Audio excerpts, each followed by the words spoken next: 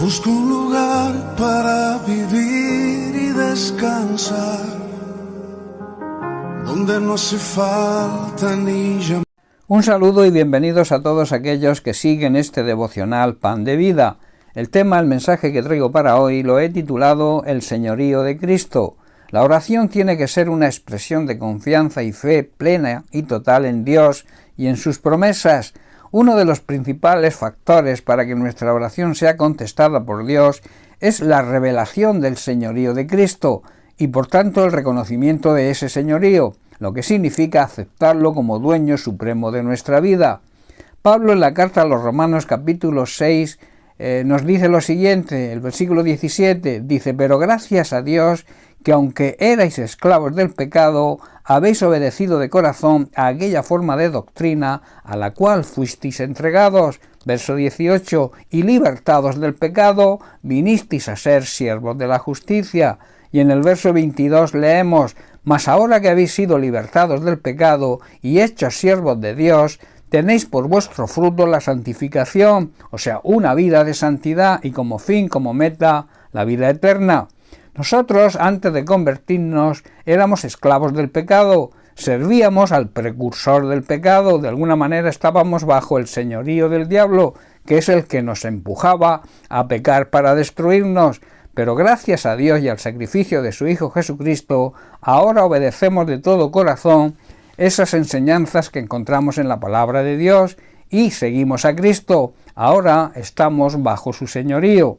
El pecado ya no es más nuestro amo, nuestro dueño, porque ahora ya no vivimos bajo la tiranía de Satanás, sino que vivimos en la libertad que nos concede la gracia de Dios.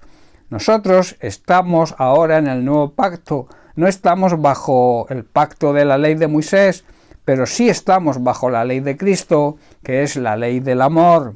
Somos libres de la esclavitud del señorío del pecado y hemos aceptado el señorío de Cristo y vivimos una vida recta y honrada. Hemos quedado libres del poder de la atadura del pecado y nos hemos hecho esclavos de Cristo, aceptando su señorío y su soberanía. Después de aceptar el señorío de Cristo, nuestras oraciones tendrán éxito según el grado de fe que tengamos.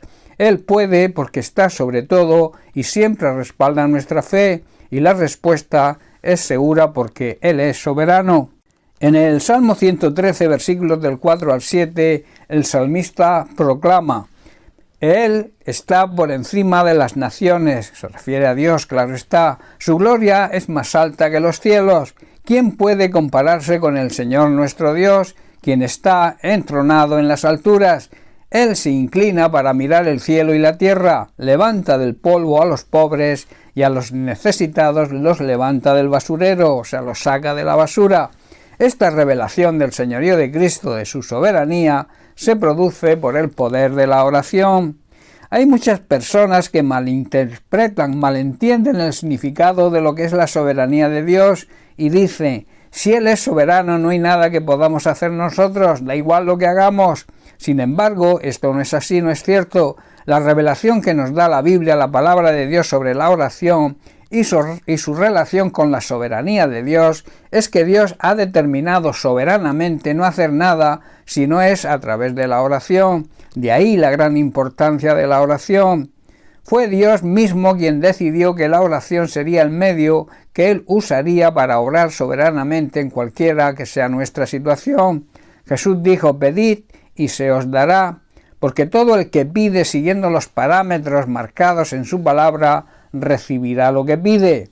Dios va a responder a nuestras oraciones según sea nuestra manera de vivir. Debemos, por tanto, entender que no es tan importante lo que pidamos, sino lo que realmente somos. Esto dará poder de recibir o de no recibir.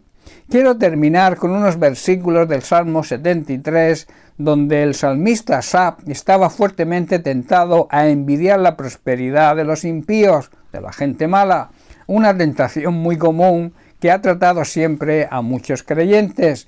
Pero él luego se establece a sí mismo el gran principio por el cual se decide o se decidió a cumplir, y ese principio es la bondad de Dios. Leemos el versículo 1 que dice: en verdad Dios es bueno con Israel, con su pueblo, con los de corazón puro. pero en cuanto a mí, dice el salmista, caí, casi perdí el equilibrio, mis pies resbalaron y estuve a punto de caer, porque envidiaba a los orgullosos cuando les veía prosperar a pesar de su maldad. Y luego a partir del verso 24 vemos cómo reconoce y se apoya en la bondad de Dios cuando dice: me guías con tu consejo y me conduces a un destino glorioso. ¿A quién tengo yo en el cielo sino a ti? Te deseo más que cualquier cosa en la tierra. Puede fallarme la salud y debilitarse mi espíritu, pero Dios sigue siendo la fuerza de mi corazón. Él es mío para siempre. Y en el versículo 27 nos da un sabio consejo, cuando nos dice: los que lo abandonen perecerán, porque tú destruyes a los que se alejan de ti. Bien, pues hasta aquí el mensaje de hoy. Que Dios te bendiga. Un abrazo.